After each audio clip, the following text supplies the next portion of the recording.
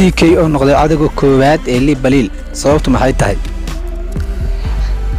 saddex qodob oo isbiirsaday ayaa arrintan sabab u ah qodobka koowaad dhalinyarada Soomaaliyeed oo ra'yigooda ku cabiray baraha bulshada ayagoo uga hadlaya fanaanimada CK dhalinyaradaasna waxaa ka mid ah Lee Life dhageysi wacan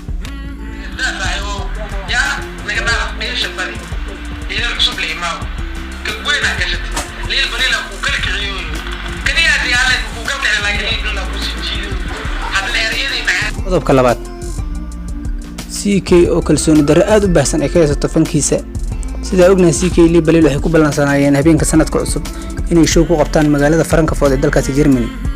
maalmo kadib ayaa waxa sheegtay Farxi Kabeer in ay ayaduna halka ku qaban doonto show CK wuxuu aaminay hadii Kabeer halkaas timaado inuu fashilmi doono showgoodu aysan cidna imaan doonin ayuu iska dhaadhiciyay go'aan degdeg ayuu qaato wuxuuna soo aaday Malaysia iyadoo ay ka dhimantahay showga 2 maalmood oo kaliya sida ognahay CK markuu Malaysia wuxuu qabsaday show ayuu qabtay wuxuuna ka dhigay free ama lacag la'aan asagoo aaminsan haduu lacag ka dhigay in dadka soo gali doonin uu kaamiro horteedan ku ciibi doono taasna waxay cadeen u tahay kalsooni darrada baahsan ee CK ka haysata dhanka fankiisa qodobka saddexaad CK oo xaasid abaalaawaan noqday kadib markii uu isku dayay inuu Lee Baliil dhabarka ka toogto isla markaasna uu garab istaago gabadha ay qabiil wadaag yihiin ee Farxiye Kabeer ugu dambeyn hagardaamadii uu CK la doonayay Lee Baliil waxay ku soo gabagabowday fashil sidaan ognahay habeenkii sanadka cusub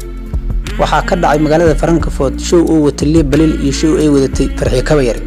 labada show aan isku barbardhig ku sameeyno midka Lee Baliil wuxuu noqday show dad fara badan ay ku soo qayb galeen dhalinyaro badan habeenkaas ay bandhig Lee Baliil ay la dhaceen lana caweeyeen halka midka Kabeer uu ku soo gabagabowday buuq iyo rabsho iyo fashil ugu dambeynna lagu kala tagay aan ognahay dhamaanteen Lee Baliil inuu yahay fanaan isku kalsoon 100% oo erayada heesiisa asaga soo diyaarsaday iyo laxankaba sidoo kale Lee Baliil waa qof qalbi wanaagsan oo isla weyne aqoon jilaaga ugu weyn Soomaalida ee Ajax oo ka hadlaya aan wax yar bal dhageysano